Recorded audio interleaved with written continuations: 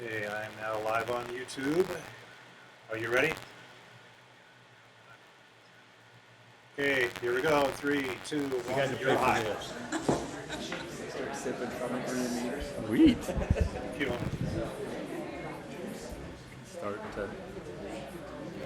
All right, let's go ahead and get started. We've got a big crowd here tonight. We'd like to welcome everyone that's here tonight for our city council and those out in TV land watching it. So we'd like to get started. We'd like to invite Nanette Ride to come up and give our Okay, I think inspirational audio's okay. message and prayer. If you'd like All to right, come up. thank Yeah, you. right up here. Bye. Oh, well, hey, we'll let you. Just talk right into that mic and look at us. Okay, that's easy because there's not a lot of people. Thank you for inviting me to be here. It's an honor. This has been a tough week for Utah. Just yesterday we buried one of our own police officers, and it's been tough on the widows. It's a big Band-Aid ripoff for us, and had a really hard week. But I had the opportunity with Blue Haven to be able to meet with the Brotherson family and be able to just send love and hope and just kind of buoy them up. And that was huge. You guys helped us during our celebration on the 24th to do a bike ride. So I wanted to thank you for that. It was a huge success and helped us to be able to fund being able to serve these families. So I wanted to thank you for that. But I would love to just tell everyone to not forget our officers that are serving every single day. They serve each of us and they protect each of us. And they leave their homes not knowing if they're going to go home to their families at the end of the day. To date, since January, nationwide we have 122 officers that have been killed in the line of duty. I get to go see each family, and that's tough. So when you're out and about and you see your officers, make sure that you stop and you tell them thank you, buy them a soda or whatever we do. I've seen that happen, and it just warms my heart. It gives me a lot of hope. Utah's been really good about it, and I think Utah's a great example to other states. So, and especially our little neck of the woods, we're kind of tight-knit down here, and I love that. But I just wanted to thank you and just challenge everyone to be thankful for those officers and what they do each day, even if you get a ticket. They're doing it for your own good. Heaven knows I'm a little bit of a speeder myself, and I've been pulled over. So, and that's it. Did you want me to say a prayer too? Yep. Okay. Just look right here at us. You guys, okay. Our dear kind Father in heaven, we humbly bow before Thee during this meeting, and we give so much grateful thanks to Thee. We thank Thee for this city council and those that sit upon it, for the choices that they make to make the city richer and to be able to serve the citizens. And we're so very grateful for our little neck of the woods, where we're so humble and so willing to serve each other and to show love. So grateful for the scout troop that is here, for their song that they just sung outside. It touched my heart, and I'm so very grateful, and so grateful for Thy living hand in all things.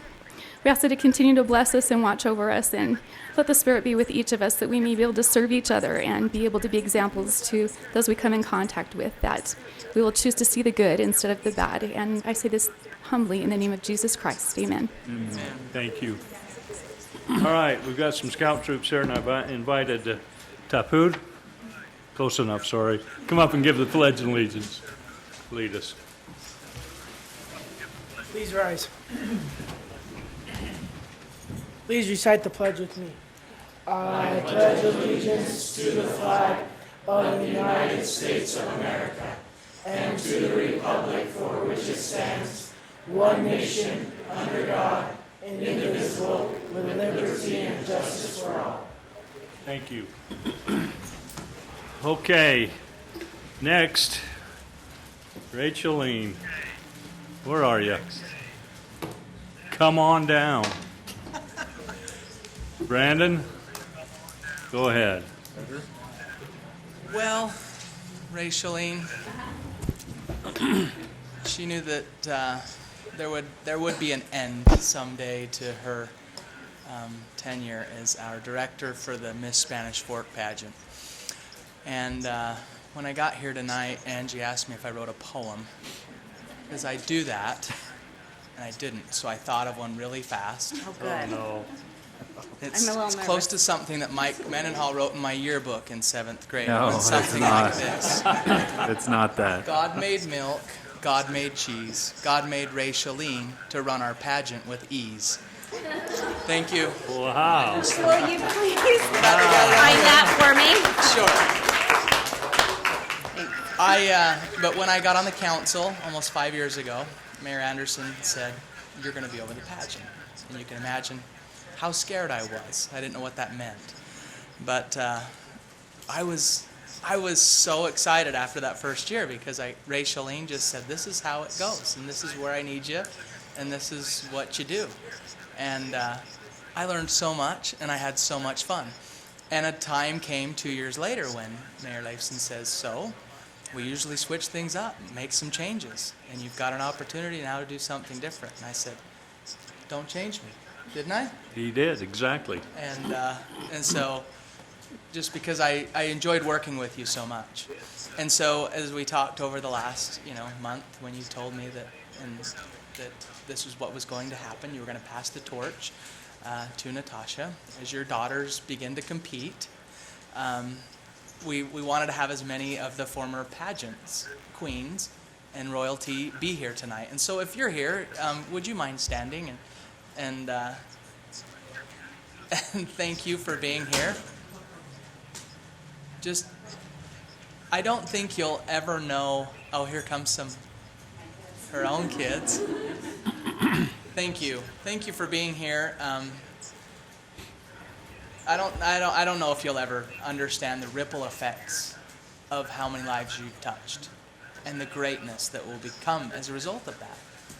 And as hours and hours of mock interviews that we've sat in on, and the just watching the positive influence that you've had on these young women has been incredible to me. And so for that I say thank you, and I know the council joins me in that Definitely. saying thank you. Yes, So we wanted to give you something as well, besides embarrassing you a little bit here publicly. But Before we do that, would you like to say a few words? I thought I would just pop in and say thanks and be done. I have had a couple of thoughts just as the day has come. It's always easy to say, oh, that's down the road, and someday that will take place. But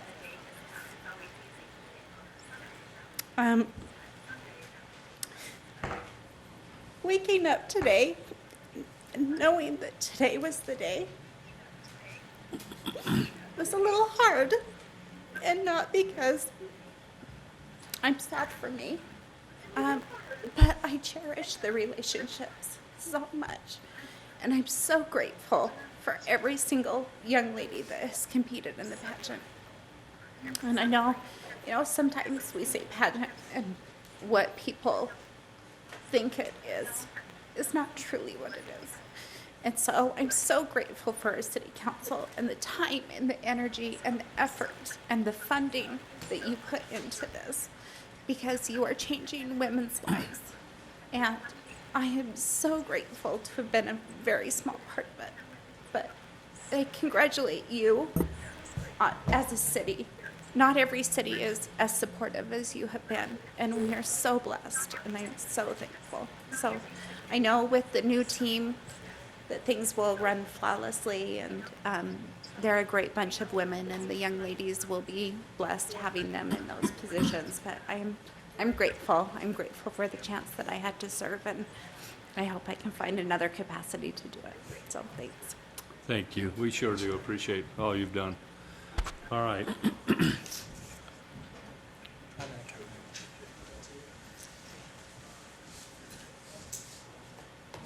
And the winner is?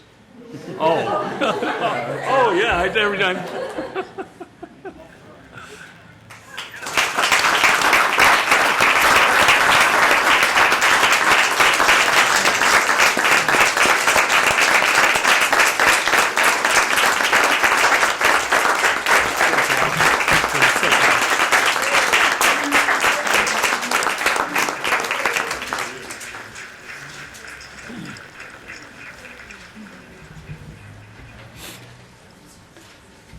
all here, so maybe it'd be a good opportunity to introduce our new director for the Miss Spanish Fort pageant. Natasha, would you like to come up?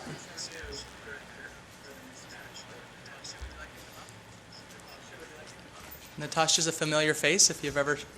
I feel like the lucky runner. Yeah, Natasha Lockhart, she helps us down at SFCN. So, do you want to say anything? Just that I'm honored to be stepping in and running this wonderful program that we have been working so diligently on over the last 12 years as a partnership. It has worked really well as a co-directorship, and the team just hopes to carry on the good work. And I really can't say it any better than Raicheline did, that we have a city that supports us in just every possible way. So we'll just continue the good work, and I'm sure I'll be leaning on everyone for support, but thanks so much. Thanks, Great. Natasha. We're looking forward to big things from you. Thank you.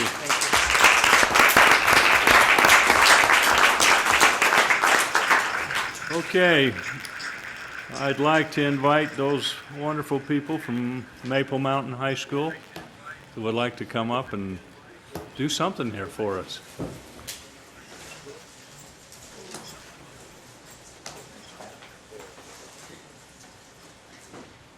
Come on up. Don't be shy or bashful. Don't leave her hanging. Okay, so we are with the Maple Mountain Key Club, and we got together with the Maple Mountain FCCLA, National Honor Society, and who was that other one? And just our Key Club, and we put together these little goodie bags for you guys, just because we wanted to thank you for how much you do for our community and how much you do for us. Would you guys tell us who you are? Oh, I'm Courtney Heaton. I'm Spencer Searcy, and I'm just Billy, please. Great, thank you. Yeah. So we just have these. All right. This is, Thank you. all Thank you, right. you guys. We love that. Thank Yes, you. permission granted. Very much. Thank you, sir. No problem. Thank you. Thank you. Thank you. How cool is that? Thank you. Oh, yeah. Thank you so much. Thank you so much. Get over here. You get to shake all our hands. Thank you. Thanks for being here. Thanks, sir. Thank you. Mayors will be gone before Thank you, we even guys. say Appreciate the next. Thank you so much. You know, we really appreciate these young people for what they do in this community. You know, we have the great experience to have not only Maple Mountain in our city, we also have Spanish Fork High and ALA. So we're kind of unique here. We've got some great high schools here and some great kids, and we really appreciate your service that you do for your school and for our community and the way that you represent us. So thank you. Thank you. All right. And, you know, anytime you bring us cookies, we're always really excited. So that's good. Okay, let's move on to public comments. Anyone in the audience that would like to come up and address the mayor or council, you feel free to come up here and talk to us.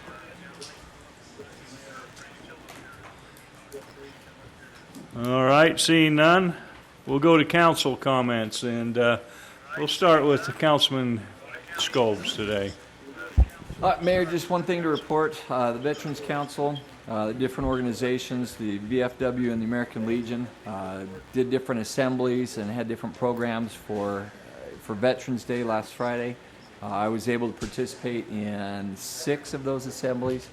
The VFW, I don't have their numbers yet, but I know that they did in upwards of 7 or 8 different assemblies and programs. I know the American Legion here in town hit, let's see, 15, I think it was, different elementary schools, and so it was a great day, certainly for veterans, but great day for those organizations to be able to get out and to spend time with the kids, be able to teach them about Veterans Day, talk to them about patriotism, and it was very, very fun to be able to see see the kids, how receptive they were. Many of the schools had different programs. I know Park Elementary, for example, not to single them out, but Go ahead, since my wife teaches there. yes, being that Mrs. Leifson teaches there, they had a fantastic program, as do Larson and Canyon and East Meadows and Riverview and on and on and on. The schools did a great job welcoming the veterans, and then it was great to be able to teach them about our freedoms. And so that's all I have. Great, thank you. Councilman Gordon. Mayor, I wanted to thank everyone that went and voted on Election Day. That process is passed, and appreciate you for exercising your right to vote and do that. I also wanted to thank some of our officers and that were able to take time out of their day to attend Cody Brotherson's funeral yesterday. I love our women and men that help protect us and keep us safe. Our police officers, they do a lot for us, and really appreciate that Nanette would come and share that spiritual thought today. I thought that really kind of tied in because I wanted to touch on how important that is, that we show our love and support to those that keep us safe and help protect us. So thank you for that. Had a meeting last Wednesday with the South Utah Valley Solid Waste District. We had our audit review, had no findings, things worked great there. Approved all of next year's schedules and went over some changes with the new landfill purchase agreement, which then yesterday we had a chance to go to Layton for a New Era board meeting and approved some of the new procedures that we'll put in place to operate and run that new landfill under the new management with the group that we've joined there and has bought into. And so things in that transition are going very, very well. And so I just wanted to report on that, Mayor, that that's been a very big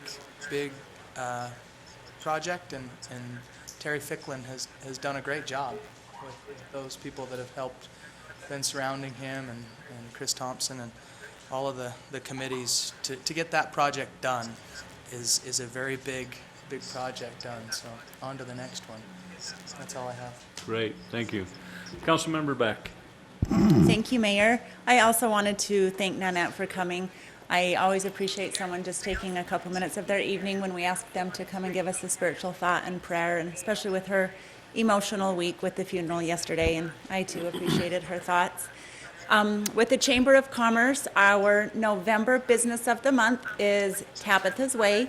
They were recognized last week at her Main Street location. We appreciate Wendy Osborne and her business giving back to our community and helping those in need. So we encourage our viewers and our residents to go out and support Tabitha's Way. Online you can see where they're needing help. They need everything from cash donations, especially during this holiday season, as well as items for food and donations in their bins throughout the valley. And then volunteering your time, either at their holiday turkey drive, giving out gift baskets, or they're in their pantry. So again, Tabitha's Way is the business of the month. And then the Chamber of Commerce also sponsors the annual Winter's Light Parade. That will be the Friday after Thanksgiving.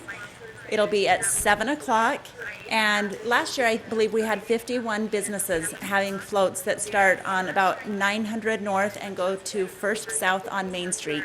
So it's a fun activity to bring your family out to and see the different floats. And Santa Claus will be there. He will be the last one being drawn through the pulled, I guess, not drawn.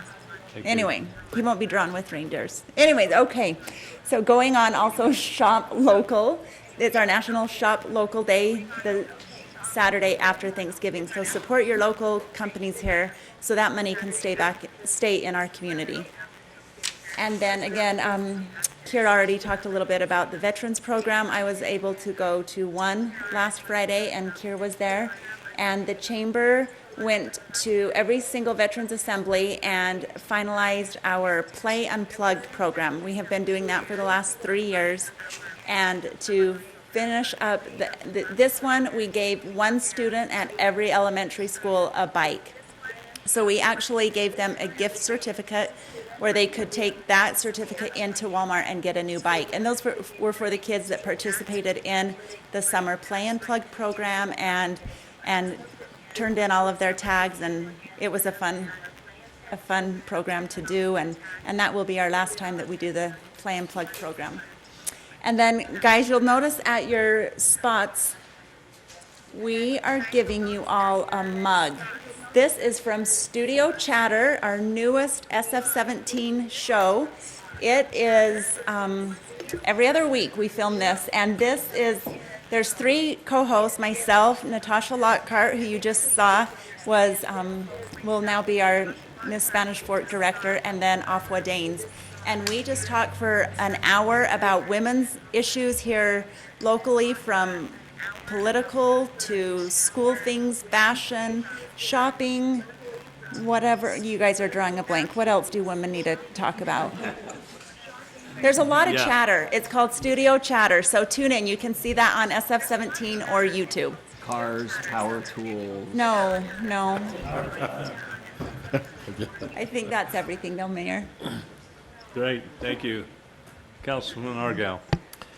Thanks, Mayor. I'd just like to do a shout out for the seniors. Right now they're doing their membership renewal and also their new membership, and encourage those who are of that young age to get out and join the Senior Citizen Center. They also will be having their membership meal on Friday. They also have a Christmas dinner coming up the 1st of December. Also would like to give a shout out to our animal shelter. I just want to thank those that work down at that shelter. If you are looking for an animal, I would encourage you to go down there and give them a chance, or let them help take care of your animals. Those people that are down there have a great love for animals and care for those animals that are at that shelter. And they have a lot of animals and choices. If you're looking for a cat or a dog, go down there and give them a visit. And if you need some medical things for your dog, they carry them, rabies and others. They have clinics in the town. They have a website. I encourage you to go visit that and look at that, and then you'll know in the clinics. We share that with 8 other cities in this South Utah County. But it's located right here in our town, and they do an awesome job. So thanks, Mayor. Thanks. Councilman Mendenhall. Thank you, Mayor. Encouraged to see this many youth here. I don't think there was this many in the council chambers since Brandon and Gordon was in high school and had to come here for truancy a few times. Is that in the 90s? Yeah. Yep. It was held here. But thanks for coming, scouts or not. Thanks for coming and attending city council meeting. To piggyback on what Councilman Gordon said about voting, thanks it's always fun to see around Election Day, see your friends and neighbors and stand in line with them and exercise your constitutional duty and right that guys like Keir and others spend time protecting, and I hold that pretty sacred. I was happy to see my 88-year-old grandma come vote. It didn't leave too many excuses for people that don't have time or whatever excuse you want to come up with to not be able to get out and vote. My 88-year-old grandma made it uptown to come vote, so I was happy to be with her and see her do that. Since 1928 has probably seen a few things come and go in the election process, so it was fun to be with her. Really quick, Mayor, I would like to invite one of my friends up here that at this time last year we invited him up as well, but it's becoming a perennial thing with Lyle Timmons. Lyle, if you can come up here to the front and let people know. He can tell you a little bit better about it, but I will just let you know this is one of the most active and healthy people that I have ever met. You can see he's got his wristband on there, but we always talk about this active and healthy initiative that's going on in Spanish Fork. Lyle does epitomize that movement itself, and he's going to tell you what just went down a few months ago. Months or weeks ago now with this. First 2 weeks in October. In October, okay. Go ahead. I voted. He voted. Yeah. Go. I won't tell you who I voted for, but he's going to be the president next year. I was here last year. I received 4 medals down at the Huntsman World Senior Games. If you don't know about that, there were 11,037 registered athletes there this year, and from 34 different countries. And I played with softball with the Lethbridge Miners from Alberta, Canada. To play on that team, you have to be at least 80 years old. So I heard about a couple of other games that were played, and one of them was in Pocatello, Idaho, and one was in Elko, Nevada.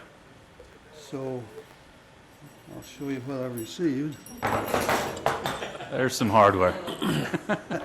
Yeah, take a look, guys. These are from Elko, Nevada. They don't look gold, but they are. And there's for three-point shooting and free throw shooting, basketball. And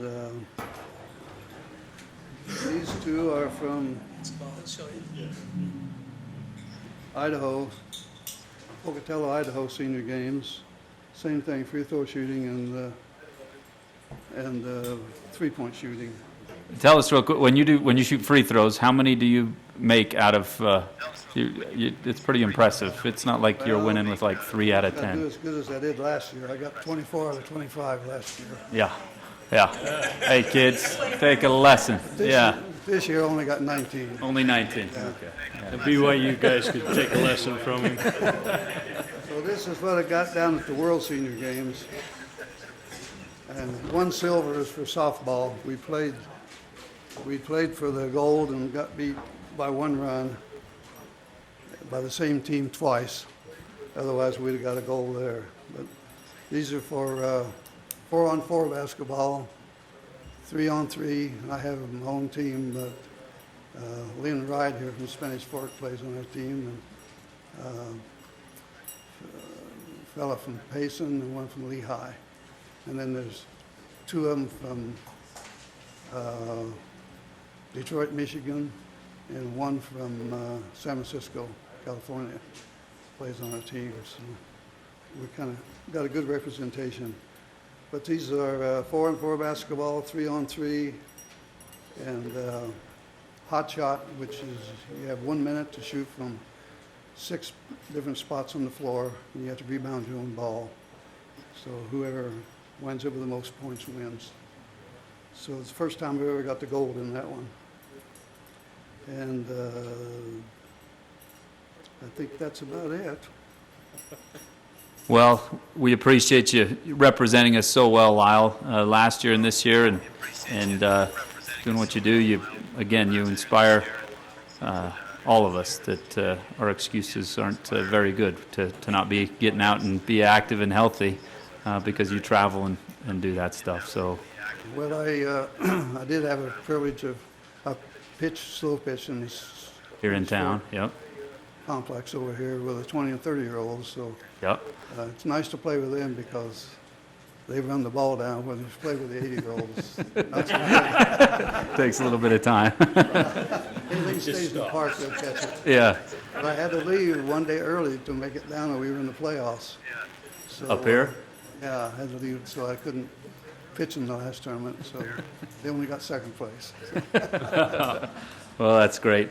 Mayor, if you're okay, we'll give him a round of applause and then get a picture with Lyle, too.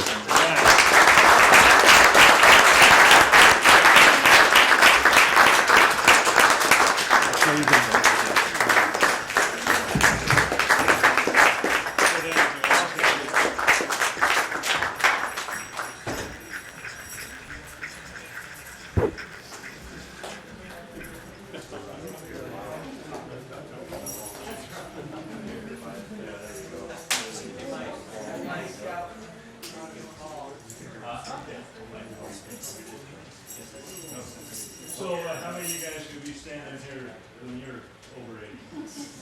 Yeah.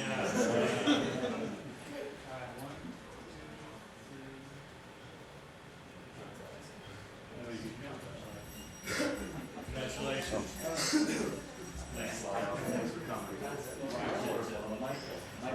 Yeah, Michael Phelps.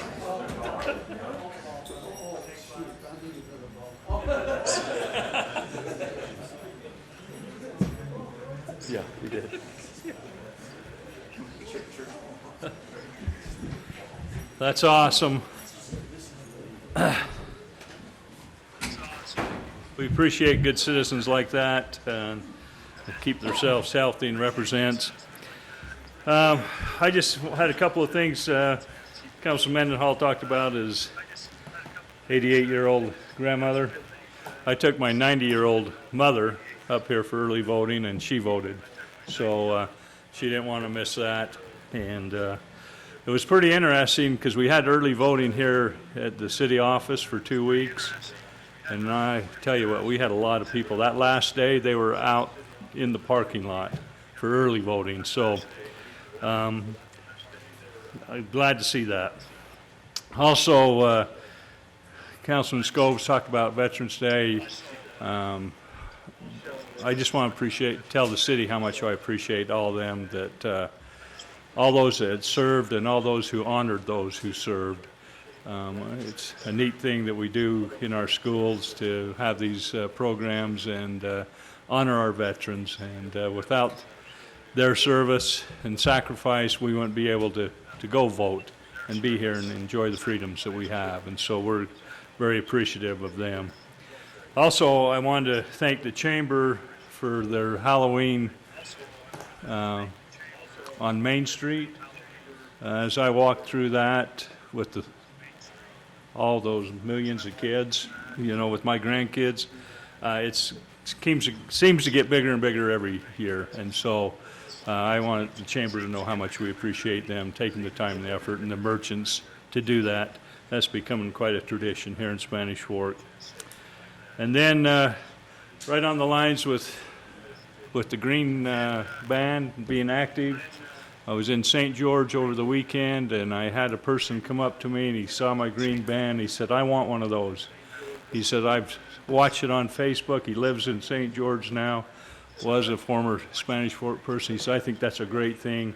So I just happened to have an extra, so he was pretty appreciative. He said, "I'm going to take it, and I'm going to send some pictures in." So you should be getting some from St. George soon. So, all right, let's move on to Spanish Fork 101, liquor license, which these young men would like to know about. Mr. Mayor, thank you. I really wish we would have titled this different tonight. Let's say just restaurants. Let's talk about restaurants, and maybe along the lines of the theme of the title. Stacy. One thing that I want to make clear is that I've had an opportunity now to work with a number of different city council people here in Spanish Fork, a few different complete councils, and I haven't ever heard any council person advocate at all for the consumption of alcohol in Spanish Fork. And I really don't think that's what this is about at all. Rather, we've had many discussions about what Spanish Fork City can do, and unfortunately there are a lot of things we can't do, so we talk about those as well, to attract restaurants to the community. And going back many years, to, well before my time in Spanish Fork, previous councils have taken very proactive steps to make sure that there aren't any impediments that serve as obstacles to keeping casual dining restaurants from opening shop in Spanish Fork. And that's the whole message that I have tonight, is just to try to maybe set the record straight a little bit. We'll look at some video here in a minute. Interesting enough, it's from a meeting exactly a year ago, really, where we had somebody that's much, much more authoritative than I am on the subject of what it takes to attract a restaurant to a particular location, or community, and that type of a thing. And I'll let the video speak for itself. But again, for many years, Spanish Fork City has done a number of different things to make sure that the way is paved, so that if the market conditions are right and that somebody decides they want to open a restaurant, it might be something like a Chili's, Outback Steakhouse, Texas Longhorn, something along those lines, a sit-down table service restaurant that's tied to some type of a national chain, there won't be any city-imposed obstacles in their way. And specifically, maybe to go back to the title, when it comes to liquor laws or laws pertaining to the sale of alcohol, Spanish Fork City's laws are as permissive as they can be in the state of Utah. The state of Utah regulates those things. They require purveyors to get different types of licenses depending on exactly how they conduct business. And there are certain stipulations and requirements that have to be met to get a license from the state of Utah to sell alcohol with a business. And in short, those state laws are what govern here in Spanish Fork. So I'll give you a couple of examples, one of where our laws clearly did not impact an entity's decision to build a store here in Spanish Fork, and another where the state laws have had an impact on a business. Who Hot, great restaurant over next to Fresh Market, or in that shopping center. I believe they've done quite well here in the few years that they've been open in Spanish Fork. It fits into the category of what I'm talking about tonight, table service, casual dining.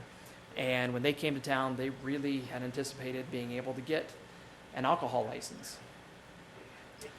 Because of their proximity in that particular center to a church that was just a couple of spaces down in that inline shopping center that they located in, they couldn't. And that was because of a state law that requires casual dining restaurants to be a certain distance from things like schools and churches and parks in order to be able to get a license to sell alcohol. There's absolutely nothing that we could do as Spanish Fork City to help that particular business get around that requirement.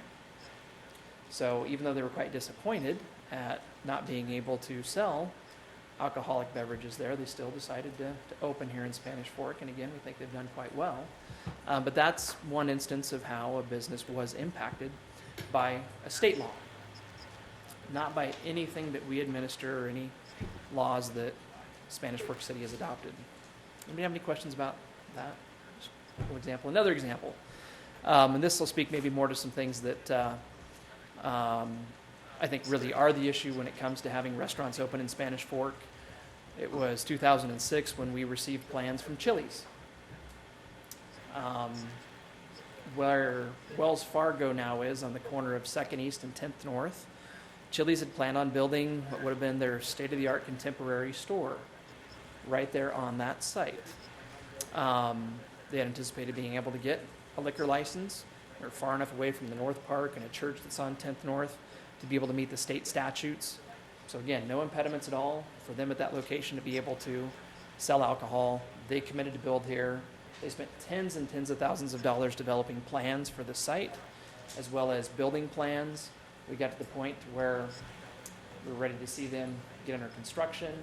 One of the stipulations that they had with the overall developer there of that project, in terms of being able to, or follow through, maybe I'd rather say, one of the conditions that they had relative to building there was what's referred to as co-tenancy. They would only build if they were close to a really, really big retailer. Well, at the time, I know some of you are very, very well aware of the plans that Target had to build, where Costco now is. I mean, we got to the point of where we were ready to issue a building permit for Target as well. And of course, 2007, 2008, the economy throughout much of the world changed pretty quickly. Target, among other stores, decided to pull back their plans. And when Target decided not to build there, so did Chili's. That's why we have a bank there today instead of a restaurant. Had nothing to do with alcoholic regulations or anything of that sort. It was purely the result of economic factors and the market, in that case, I think, in a very big sense. So that being said, we continue to work as a city. Many of you are very, very helpful when opportunities arise to sell the community as best as we can to people that suggest that they might be interested in opening any kind of a new store here, including a restaurant, and we sure appreciate your participation. Spanish Fork's gone a step beyond just rolling out the red carpet as well by hiring the industry expert in our part of the world when it comes to restaurants. CBC advisors represent a number of casual dining restaurant chains, the folks at Darden and some others.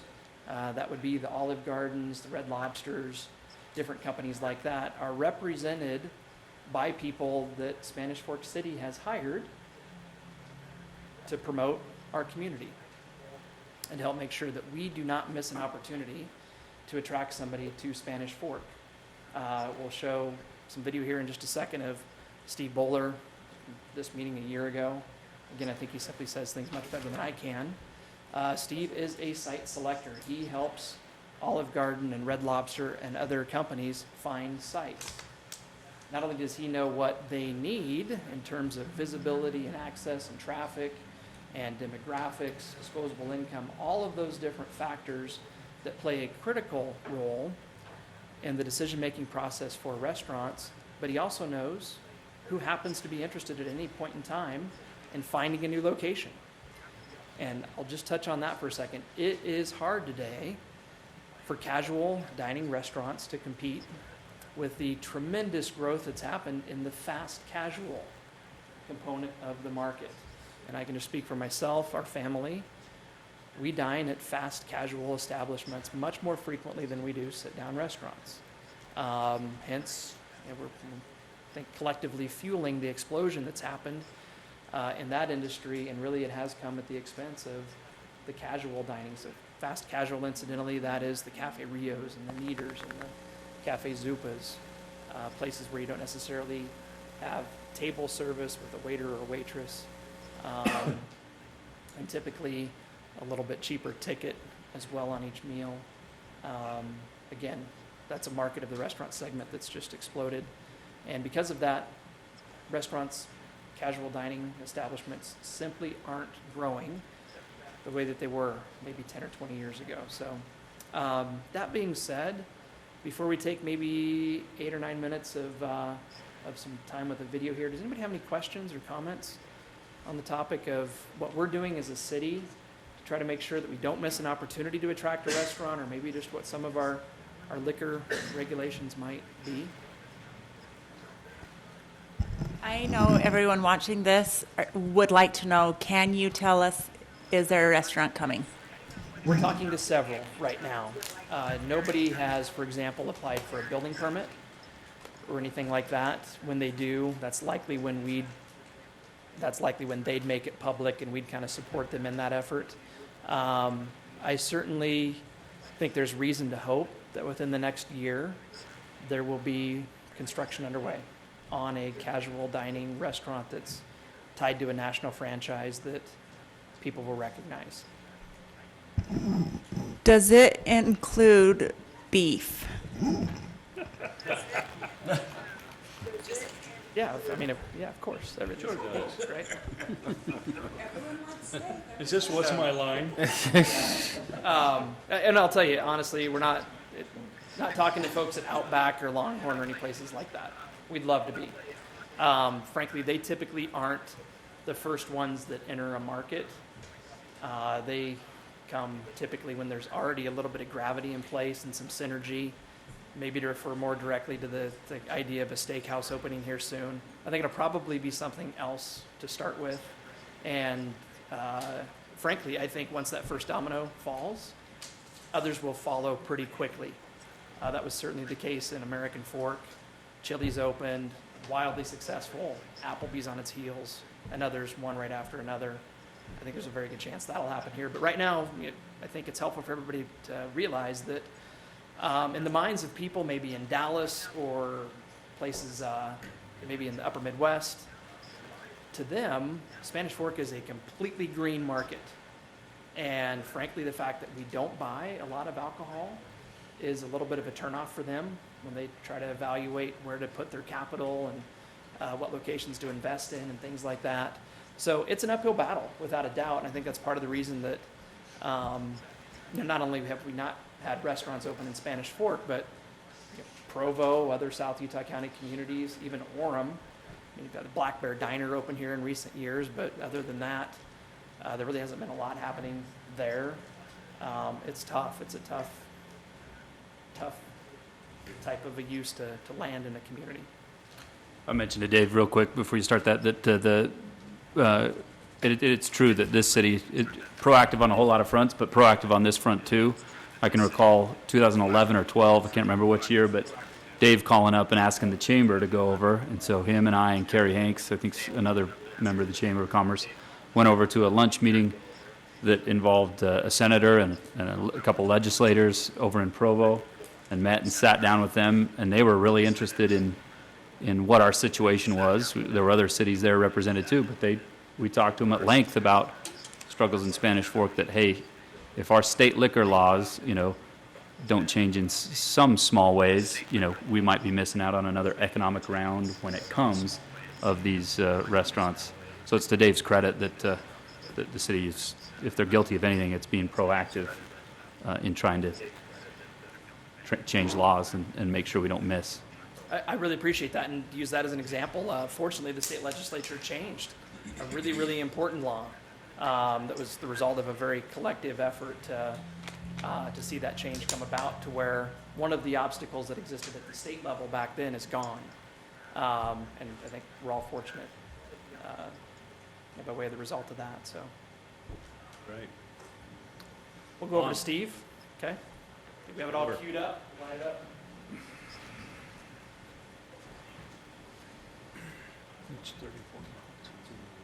So is this the first episode of Studio Chatter? Yeah, Studio Chatter. Like.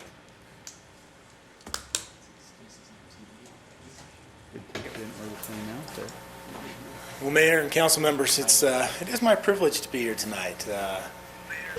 I think it's a great opportunity, and I commend you on your willingness to look into this a little bit more and the importance it is in your city. I'm going to talk mostly about restaurants, as Dave said. I appreciate that introduction.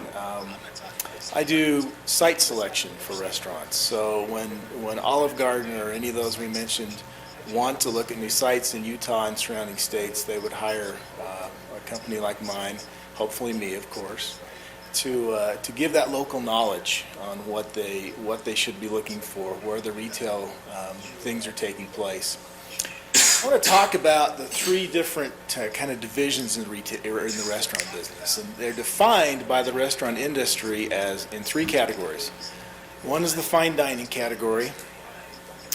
That's Capital Grille, Ruth's Chris, mostly white tablecloth restaurants, probably ticket price per person somewhere in the $50 range type deal. It is quite dependent upon alcohol sales. And for that reason, Utah as a whole, even Salt Lake City, gets passed over by a lot of these restaurants because they look at other communities where they can do a higher volume of alcohol sales. The restaurants in Utah, and this one's more in the casual dining segment, typically national restaurant sales are going to be somewhere around 20 to 25% of a restaurant's sales volume comes from alcohol. In Utah, we're a little different than that, as you would imagine. It's about half. Somewhere in the 9 to 12% of a restaurant sales in Utah come from the sales of alcohol. So unfortunately for us, that does factor into a restaurant when they look at the state. They have to make that.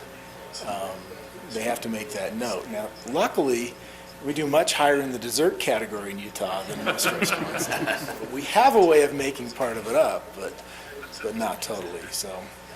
So the second category is the one I want to talk mostly about tonight, and that's the casual dining segment. That's Olive Garden, Red Lobster, Longhorn Steakhouse, Ruby Tuesdays, that type of thing. This has been a segment that has been around a lot of years. It still continues to do well. It's not growing at the same pace that it did for many years.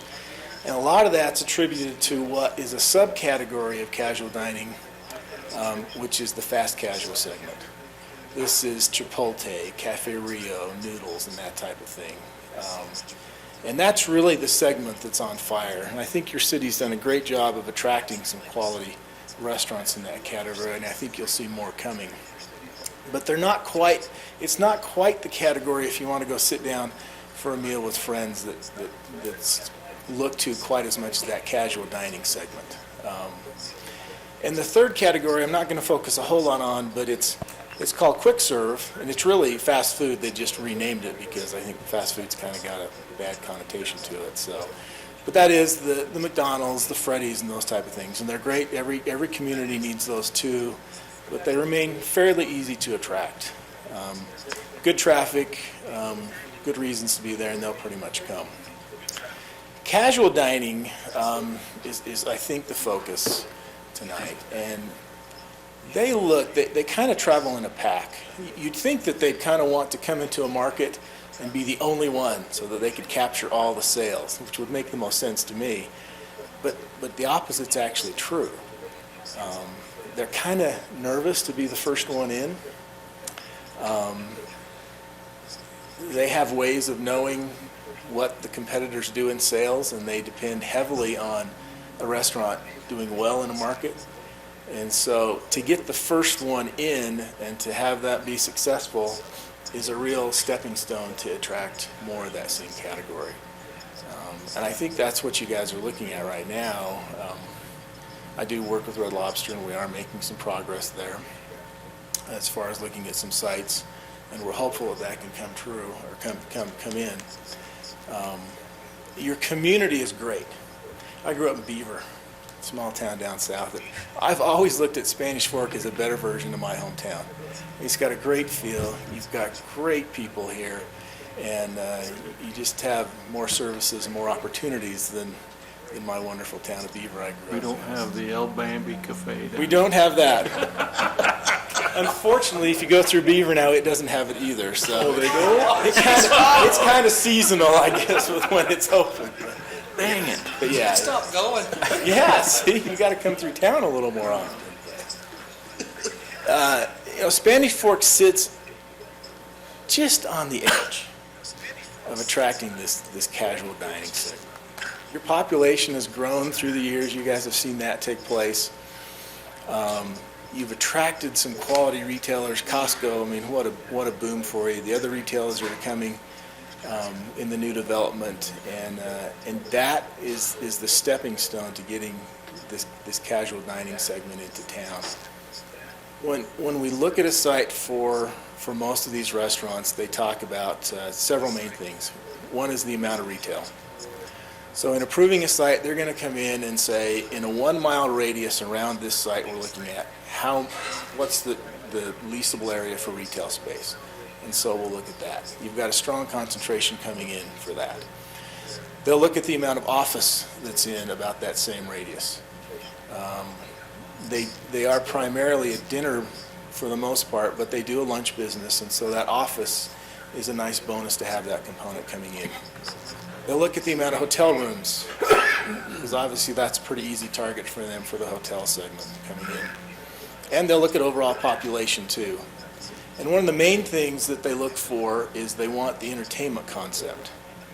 They want a theater. They want a special event type place. They want to be close to these things because, as we know, typically we'll go out to dinner and a movie type of event. And so that's one thing that I've spoken to Dave quite a bit about is the importance of working to attract, if possible, that theater component into your community, because that will be a big step to attracting more of it. Those are the main components, and I think if we can continue to focus on getting that first one in, and I really think it'll do great, and I think you'll see others coming in. I want to talk just a minute about the liquor sales a little bit more. We do get overlooked. They'll look at markets all the way around us before they look at Utah, most of these restaurants, and they're all scared to death of the liquor laws in the state. For the most part, once we can educate them and they understand it better, most of them get over it. There were some steps taken in the last few years that opened up the amount of liquor licenses available. They made it to where Olive Garden or Chili's can come in and have one license basically for all of the restaurants, and that's been a huge step in the right direction to open that up. Our issues remain with the Zion Curtain. Most states you can sit at the bar and order a drink, and the drink can be prepared in front of you and be served at the bar. Here, we have to go in a different room, prepare the drink, and then bring it out wherever it is. So while it may seem like not that big a deal, most of these restaurants have a footprint of their building that they build all over the place. And so to come in and re-engineer a bar and to put a room in somewhere off that bar where the alcohol is poured does pose some challenges. They've got to be pretty committed to redesign a footprint to make it work in a market where they're only going to use it a few times. So they're doing it. Those that have come are doing it, but there are the same amount or more that have come in, looked at the liquor laws, and decided that they don't quite have the energy to put up with that right now. So, you know, it's a battle that we continue to fight, but slowly but surely the things loosen up and we get more and more that can come into the market. So, I commend your city for being proactive. In our industry right now as a whole, the internet is affecting retail sales. There are several categories that I think you probably know that are affected, electronics, and a lot of those things have been hit pretty hard by this. Kind of just wrap it up. And it's created where food, a lot of centers... I suspect I probably can't answer too many questions that you guys have, but any comments or thoughts or perhaps direction that you want to give staff? And just in summary for me, again, Utah's unique. As Steve said, we have some laws here that don't exist anyplace else in the country. I will say this as well, however. It's been interesting for me as I've interacted with colleagues from around the country. I wouldn't necessarily say that Utah has the most strict laws in the country when it comes to purveying alcohol in one form or another. There are other states that have some very rigid laws in place that impact the kind of just business that we're talking about here. And again, not that we're advocating drinking in the community, but we've made things as accommodating as we possibly can for any restaurants that might want to locate here, and we'll continue to work. And I completely appreciate the efforts that you all play, and I don't want to totally tip our hands just relative to the things that happen day in and day out, and how involved you are. You know the efforts that you've put into helping us, for example, attract that entertainment that Steve refers to and different things like that. And when there is an elected official that joins us in a meeting with a business that we're trying to court somehow to the community, it makes all the difference in the world. And just for the benefit of the community to hear, you guys are wonderful in that respect, and we completely appreciate your willingness to occasionally drop whatever you're doing to be a part of those meetings, and it will bear fruit.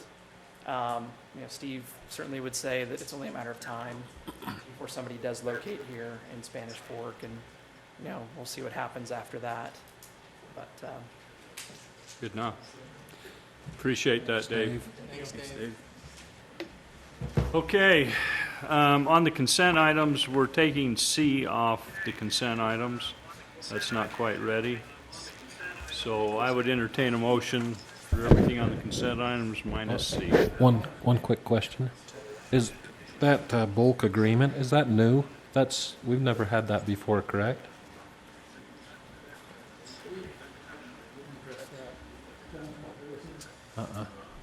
We've had a bulk sales agreement for cable television for apartment buildings. I don't know if we've got townhomes that are large enough to fit in that, but we may have. And we've had that for many, many years. And a request has been made to make that available for internet as well. And so this is what that does. Okay, just added the internet. Okay, thanks. So what that does, since we've talked, and we ought to probably let the public know, is when you get bulk sales, you've got 40 units in a building. If they all take the service, then we give them a discount on the price. It's the effect of the bulk sales agreement. Thanks, Junior. Motion to approve the consent items minus C.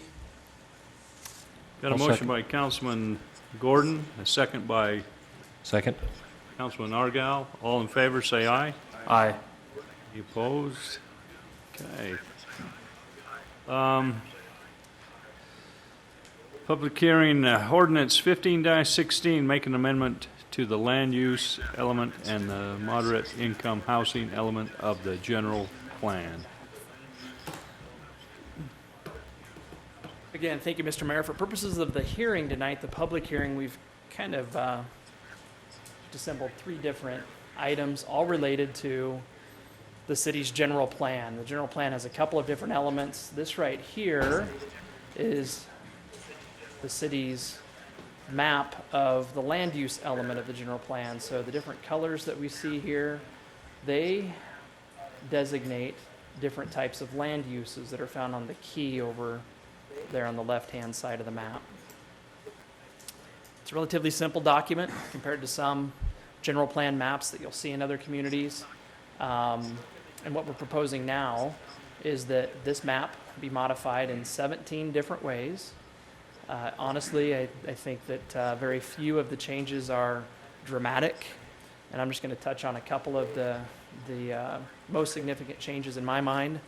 I would mostly characterize the changes that are proposed here as an effort to make the land use map match existing land uses and land use patterns that we have in the community. A lot of development has occurred in Spanish Fork over the course of the past 10 and 20 years, and one part of this effort is simply to make sure that this map that we have, again, really does authentically tie to what exists in Spanish Fork. But aside from what is currently here, we also have some areas like this land here, which is east and south of Maple Mountain High School. We have some land that's south and west of the American Leadership Academy. Some other places, this part of the community here that's up on the ridge or bluff above the river bottoms, where we'd like to propose, and are proposing in fact, that the land use map be changed to designate those areas as appropriate for larger lots for single-family homes. So right now, most of the development that's happened in Spanish Fork over the course of the past, maybe a couple of decades, has led to houses being built on lots that are maybe 100 feet wide. And these areas here, call them 5, 8, and 10, would be set aside with the adoption of this map for lots that are maybe more like 120 feet wide, maybe 15,000 square feet instead of 12,000 square feet. And these changes really are the direct result of comments, I'd say feedback as well, that we've received from you as counselors. And also things that planning commissioners have heard from maybe some of their friends and neighbors over the years.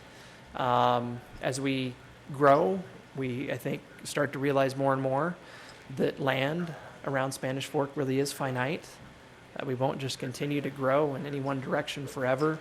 And changing the general plan map at this time to include those designations, I think really is an important step, if indeed you'd like to see parts of the community develop less densely than what we've seen in recent years. So that's a fairly significant change.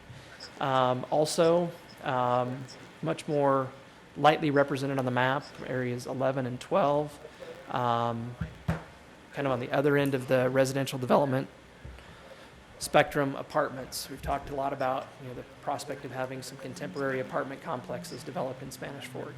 In all candor, it's a lot harder for many different reasons to find locations that may be suitable for apartment kind of development than it is maybe to find locations that are going to work for larger lot, single family kind of development. So that's why that particular designation, which we're calling urban density residential, is not as widely represented on the map. And really the idea with that designation is to place properties that the city is saying we'll consider approving apartment complexes here next to non-residential land uses or areas that we expect to develop with non-residential land uses, like what we would anticipate to see out around the Salem-Benjamin interchange, where in all likelihood there's going to be quite a bit of retail development someday, maybe some professional office uses and things like that, uses that many times you see apartment complexes develop around. So those are a few of the changes that I'll note here. I'd be happy to talk about any others that you'd like to see. The only other thing I want to note, this area here, with the idea, I think is really becoming solidified, that there will be an interchange at I-15 at 2700 North. We are proposing to set land aside here on the southwest, what would be quadrant of that interchange for retail uses. And we're proposing that the area to the north of that be changed to a new designation business park. So that if anybody wanted to change the zoning in that area, it'd have to conform to either a business park type zoning or a commercial type zoning in that part of the community, just to make sure that we're not missing an opportunity looking out into the future with our understanding of what's going to happen there with access to I-15. So that's the map. Those are the changes. I'd be happy to answer any questions that you might have about that. Maybe in the interest of time, we can just move on real quick, though, to this document here. Seth, if you could maybe just kind of scroll through it. Not a lot changed by way of text, which is what I really want to emphasize. There's some minor changes. I talked about apartments and bigger lots for single-family homes. We've created new designations. Stop when you see red. We've created new designations to align with some of the goals that are being added to the document, again, to accommodate apartments and bigger lots. Cool. And that's really the essence of what's proposed here. I mentioned business park as well. There's some narrative now in the document relative to a business park designation, to where we're saying that, you know, for example, out around property that Intermountain Healthcare has purchased, we think there's reason to assume that that might support professional office uses and some different things like that in close proximity to a hospital that probably in Spanish Fork would only locate in close proximity to a hospital, and there's perhaps some need to preserve some land for that in the future. Talked about bigger lots. This is the designation that would really make that happen relative to the city's general plan. Down just a little bit further, we can see some language relative to apartments, where we're talking about urban density residential kind of development. And in a nutshell, those are changes to the proposed land use element of the general plan. And I feel pretty comfortable going through this quickly. You were all, I believe, in the joint meeting that we had with the Planning Commissioner a couple of months ago, maybe just a few weeks ago, I guess, where we talked about much of this. Yet, please stop me if you'd like, answer any questions. The last thing I really want to touch on, though, relative to what's proposed tonight, set down kind of towards the end of this, we'll get into the other element, moderate income housing element.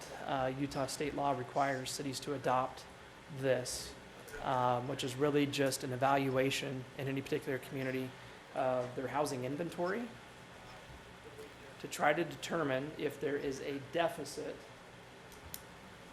of housing opportunities that exist for people that make, that is households that make 80% or less of the area median income.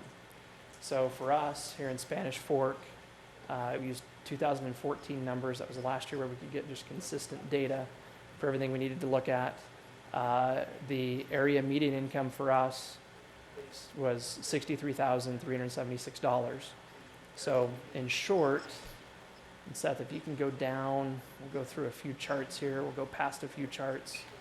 Keep going. One more page, I believe, to right here. This is really what this whole document's all about. If anybody from the community or any of you want to go through this in more detail, I'd love to. I actually do find this interesting. Again, $63,000 roughly is the area median income. So we have to identify how much housing is available in Spanish Fork for people that, again, I say people, I should say households that earn 80% of $63,000. I believe it's $48,000, so a household income of $48,000. Looking at both housing that's available for rent and to be owned. And in short, this is our analysis of the number of housing units that are available in the community for people that make, for households that have that income that I just mentioned. We looked at it in a few different ranges, and you can see that by comparing the housing availability with what we know about incomes in Spanish Fork, which is data that we get from the census, we can identify where there are surpluses and deficits. And in short, we have a surplus of housing that's available for people in these different income ranges. The only place where we run into a deficit, which in all candor is not surprising for me at all, for households that earn 30% of that $63,000 a year, it's very easy for me to believe that there'd be a deficit of housing available in the community for people in that range. Some, maybe 600 units in Spanish Fork. And I appreciate that that's something that the Planning Commission suggested that we look at a little bit more thoroughly. I speculated that a good part of that deficit is probably a result of elderly on fixed incomes, perhaps people with disabilities and that type of a thing. People that maybe then are able to take advantage of some of the subsidized housing opportunities that do exist in Spanish Fork and that sort of a thing. But in order to meet the guidelines provided by the state of Utah, this is the threshold that we use right here. The title, I think, of the document, as is prescribed by state law, is important. This is not a low-income housing analysis. This is a moderate income housing analysis. And again, we believe that we have a noticeable surplus of housing to meet this demand. And that's what this is about. So once this is adopted, whether it's tonight or some future date or modified or whatever, we are required by law to send this to the state Governor's Office of Planning and Budget. They evaluate it. They check a box to say that we're compliant or not. If we're not, I've found that they send us letters to suggest we make changes, and we bring it back to you. But these are the three things then: the map, the land use element text, and the housing element text. And we have a public hearing scheduled tonight. Both the Planning Commission and Development Review Committee have recommended that these be approved. In fact, what's presented tonight is a modified version of what the Planning Commission recommended be approved a couple of weeks ago. We've incorporated changes that they directed us as staff to make in what you're seeing, so I think it's ready to go. Good, thank you. I'd entertain a motion to go into public hearing. So moved. Second. Got a motion by Councilman Scobes, a second by Councilman Mendenhall. All in favor, say aye. Aye. We are now in public hearing. Anyone that would like to come up and talk about what Dave just presented to us on this amendment or ordinance, feel free to come up. Don't take it personal, Dave, that noticed all the scout troops, every time you were up here, left. You know, just wanted to bring that to your attention. Yeah, it's usually Kent. Seeing none, I'd entertain a motion to go out of public hearing. So moved. A motion by Councilman Mendenhall, a second by Councilman Scobes. All in favor, say aye. Aye. Is there any questions, comments, editorials on this?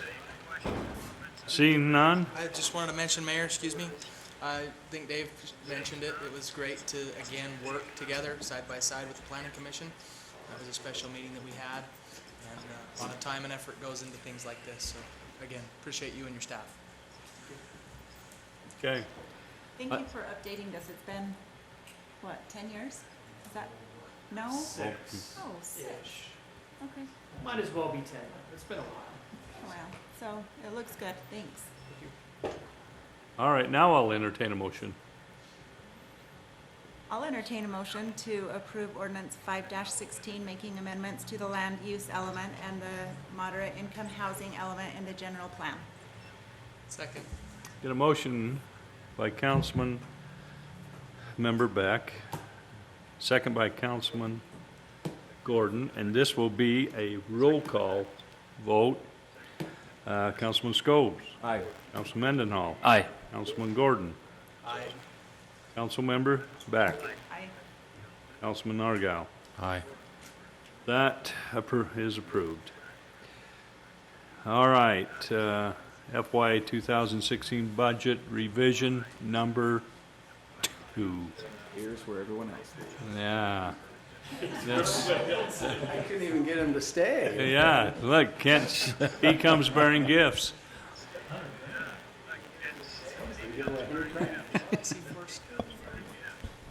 You're up for it? Okay. Yeah. Council has. You didn't know? You guys want to take a test? Jeez. You game? No wonder they left. All right. You want credit? We're gonna go fast though. I got 100,000 grand for you to get this right. All right, the council has, this is revision number 2. A couple months ago, we did revision number 1. That mainly was for the purchase of some houses on the top of Center Street. This is a little bit more extensive change. We had some of the salary adjustments all done, so this includes some of the salary adjustments and some projects that we're now fine-tuned of saying, yeah, we're going to do this one. No, we're going to do this one instead. So those were shifted. So this is a summary. I'm not going to go through each one of them, but if any of those jump out that you say, I want to know more about that one, ask that question and the department head will give their explanation of what got changed or if there was a specific item in it. But there were some projects that changed, some operational type things. Our software reading, our automated reading, it reads the meters, the water meter in the hole in the ground, reads by a tower. That software that does that and the power, all that, we need to get an update. So that's a pretty expensive adjustment of $242,000 right there. Okay, and then we have some salary adjustments, the impact of. So I need to have someone roll my wheels and stuff left for a second. Okay, stop right there. So if you can follow the codes there, you're going to find how this all ties together. The first question for our scout is, are you ready? This right here is a column of which years, prior years. So the one that we're talking about is revision 2 right here in this column. What is the total budget for the city? Scout number 1.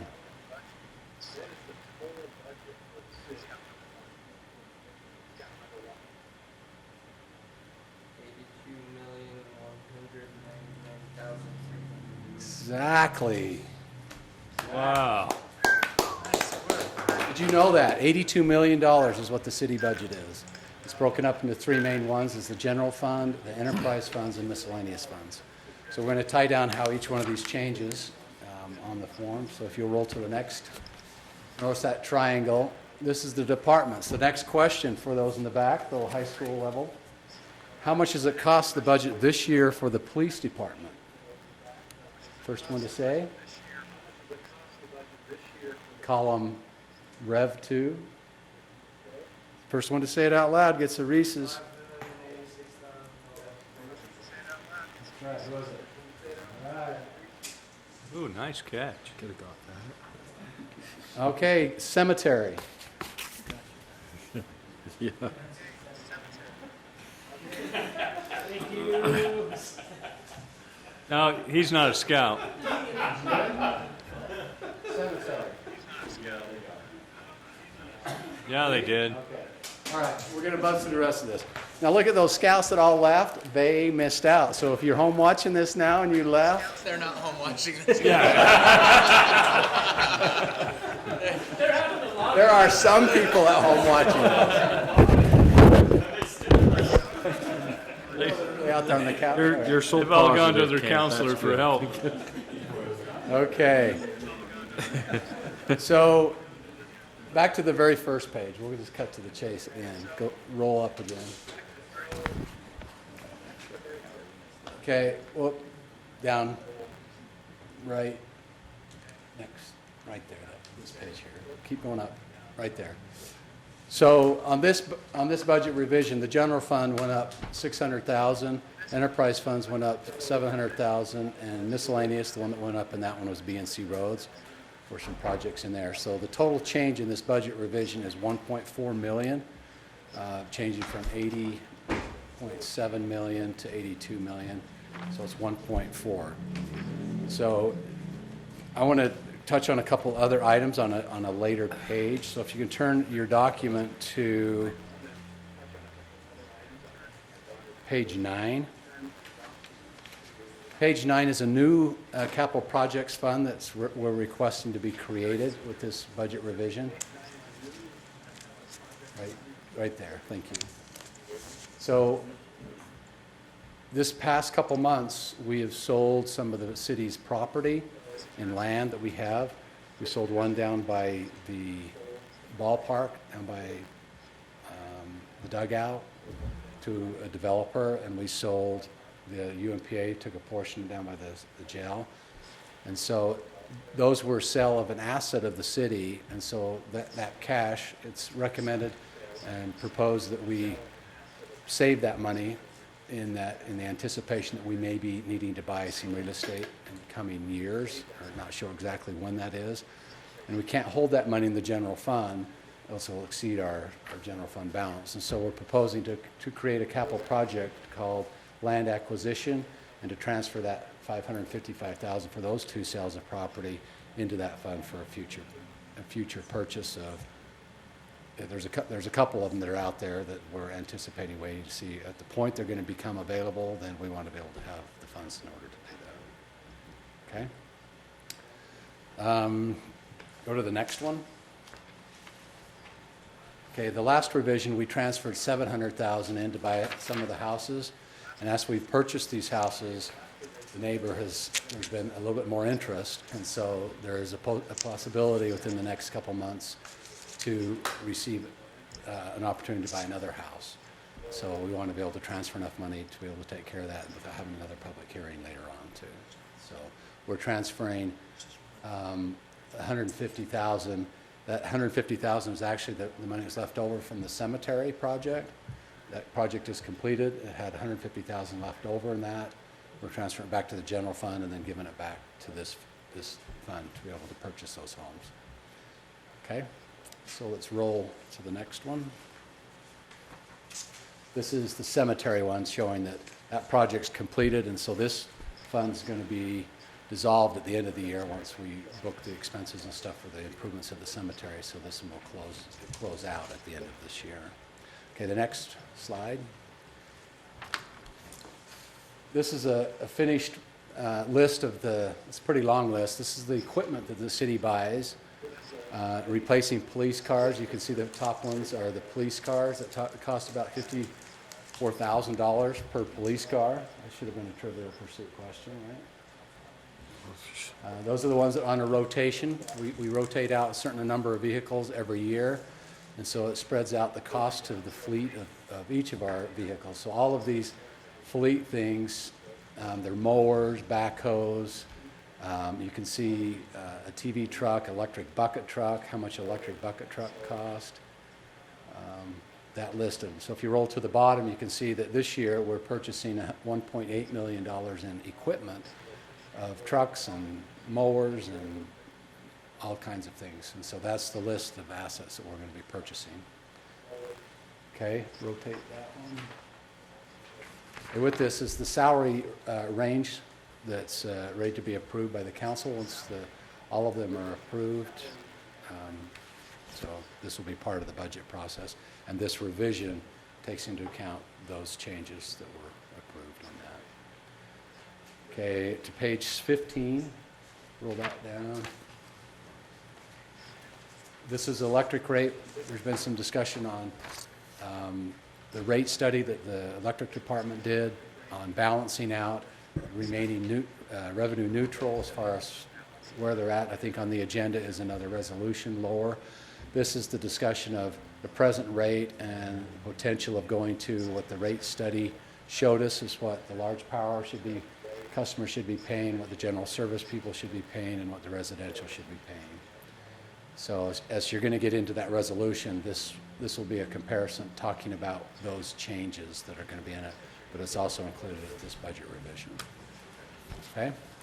And then the last one, it's turned sideways for the screen.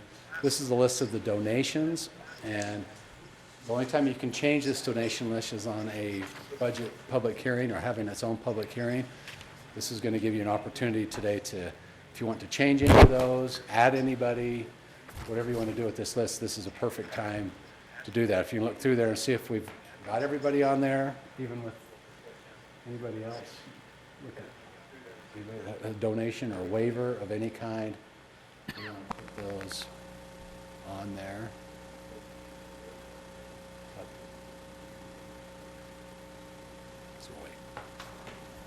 Okay. So in the end, the budget revision is for the Scout told me 82,199. Is that right? That's the new budget for FY17. Maybe his sister would like a candy bar. Oh, isn't that sweet? Oh. And he's not even running this year. It's not even an election year for And me. it should be fair. Awesome. All right. You're making Thanks, Cam. parent-teacher conferences hard. That's one of my parents. I'm going to have candy now. Wait a minute. I didn't invite you up. All right. Come on down. I want to thank Kent and each of the department heads as we put together this revision. These aren't quite as intense as the full budget that we do in the spring for presentation and adoption in June, but it's still a lot of work. And when we say, hey guys, there's we're going to do a budget revision, they all kind of groan. And this one was dedicated to Dale Robinson. This was the Dale Robinson revision. So it's not revision 2, it's revision DR. There are a couple of positions I wanted to touch on. You'll notice in Kent's notes there were 2 positions that we added. One is a part-time benefited position for half a year, and one is a lead worker for half a year. They actually both won't start for sure until January, maybe even February. We'll put those off as long as we can, and if we don't need them, we wouldn't do them. But I think we'll put them off until probably at least January, maybe February. There are 2 other positions. I mentioned in a communication to you recently about building inspection. That's one I want to make sure that you always keep present. As our building inspection, as our growth rather, has been, we track it. It's actually on track right now to be just like last year, with, however, different. If last year's line was like this, straight and growing, this year's line is like this. And because of the trajectory of the last couple of months, it tells us that if things continue, and we'll watch to make sure that they are, we're in for a very, very busy 2017, 2018. If some of the commercial development that developers have been talking about with us come to pass, as they have been saying they will, then 2017 will be a very busy year. If that is the case, we will be back in front of you for sure in the February revision. Maybe that'll be the Chris Thompson revision. I don't know. We'll name that one. Maybe it'll be the Dave Anderson revision. It definitely won't be the Junior Baker revision. There are more items from Junior Baker in this revision only because we didn't say he couldn't. We left that gate open and he took full advantage of it. Couldn't believe it. But we'll be back in front of you to say we need to hire and add a building inspector because of the growth in the band. We'll watch it, and if things continue and maybe it requires us to pull the trigger sooner, then we would be back in front of you with that request. That one comes with a revenue source for it, so it's pretty neutral to the budget. There are increased permits because there are more plans being submitted, and so there's a revenue source to pay for it. And then the last one is also another police officer. We have had a request from the two remaining high schools in town, the Landmark and the American Leadership Academy. Both have approached Chief Adams about adding a police officer, and with that have brought a total of $40,000 to offer the city to hire a police officer. We are, with the retirement that was recently announced this week of police officer Dwayne Brunson, we will be going through a hiring process here soon. If there will be, I'm confident, at least one qualified candidate. I have no idea who it is, but we always attract good candidates. But we will also keep our eye on other candidates. With these schools offering $40,000 to pay each year towards the cost, then it becomes a really attractive opportunity to add a police officer that can go into those schools and be what we call a school resource officer for about half the price. So we may come back to you sooner than later also to say, let's add that one, again with a half revenue source for that position. We don't have that yet, and we know that we'll be doing a Dave Anderson or a Chris Thompson revision in February, so we can kind of sit back and watch that. But I want to keep those two positions in front of you as well so that we don't forget some of those additional needs that may come in the mid-year rather than waiting until July. Thank you. Thank you. All right, since I'd entertain a motion to go into public hearing. So moved. A motion by Councilman Scobes, a second by Councilman Second. Gordon. All in favor, say aye. Aye. If there's anyone in the public that would like to come up and talk about this subject, all of you.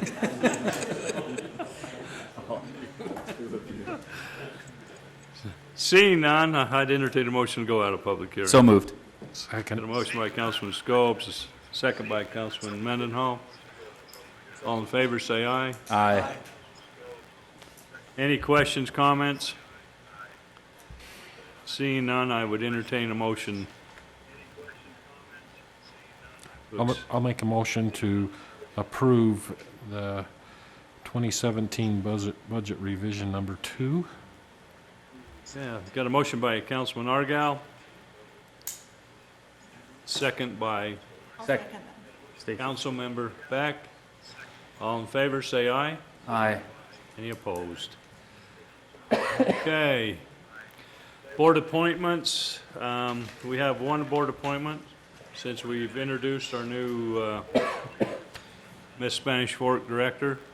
I'd like to recommend Natasha Lockhart to be our new. I hope we're okay since we already introduced her, so okay. I'd like to recommend her as our new Miss Spanish Fork Director. Mayor, I would make that motion. Approve. Got a motion by Councilman Gordon, a second by Councilmember Beck. All in favor, say aye. Aye. All right, Resolution 16-12, authorizing the Public Works Director, City Engineer to execute state engineer water applications. So we have to work closely with state engineer on water rights, and there is an insane amount of documents that we have to sign and submit for change applications, for proofs, for requests for non-use, and for all kinds of things. So rather than bring those all to City Council, we would recommend that you authorize City Engineer to sign those and take care of them. Unless you want to have them all, then that's fine with me too. I like that. Any questions? If not, I'd entertain a motion. I move we approve Resolution 16-12, authorizing the Public Works Director, City Engineer to execute state engineer water applications.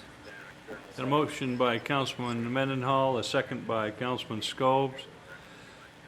Since this is a resolution, we'll do it by roll call. Councilman Argal. Aye. Councilmember Beck. Aye. Councilman Gordon. Aye. Councilman Mendenhall. Aye. Councilman Scobe. Aye. You got the pen. Okay. Second item is a resolution recommending that a electric rate that has been studied and recommended to us to make billing a little bit more fair be moved to a time, and we would suggest that you move to do it with the next budget revision, which typically is in February. So whenever the next budget revision is, and not this one. Right. Any questions? Questions or comments about that?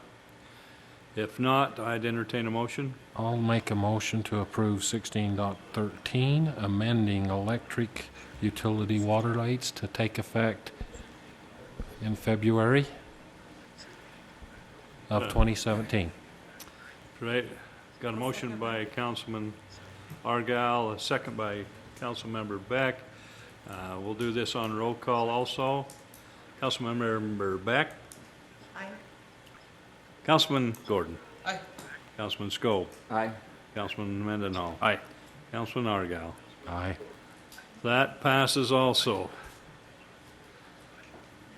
All right. Thank you. I move we go into closed session for. Why? Adjourn. adjourn. I just was waiting for that. We're not doing a closed session. I move that we adjourn. Second. Got a motion by Councilman Scobes, a second by Councilman Gordon. All in favor, say aye. Aye. Thank you. Good, Is Richard. that just because Stolman retired? They suggested there are other things to it, but No. I've got it. No, didn't get that. Guys, will you all sign this paperwork? And then we'll give it to See you, Junior. Hey there. You are clear. Hi there, you're clear. Yeah, you're clear.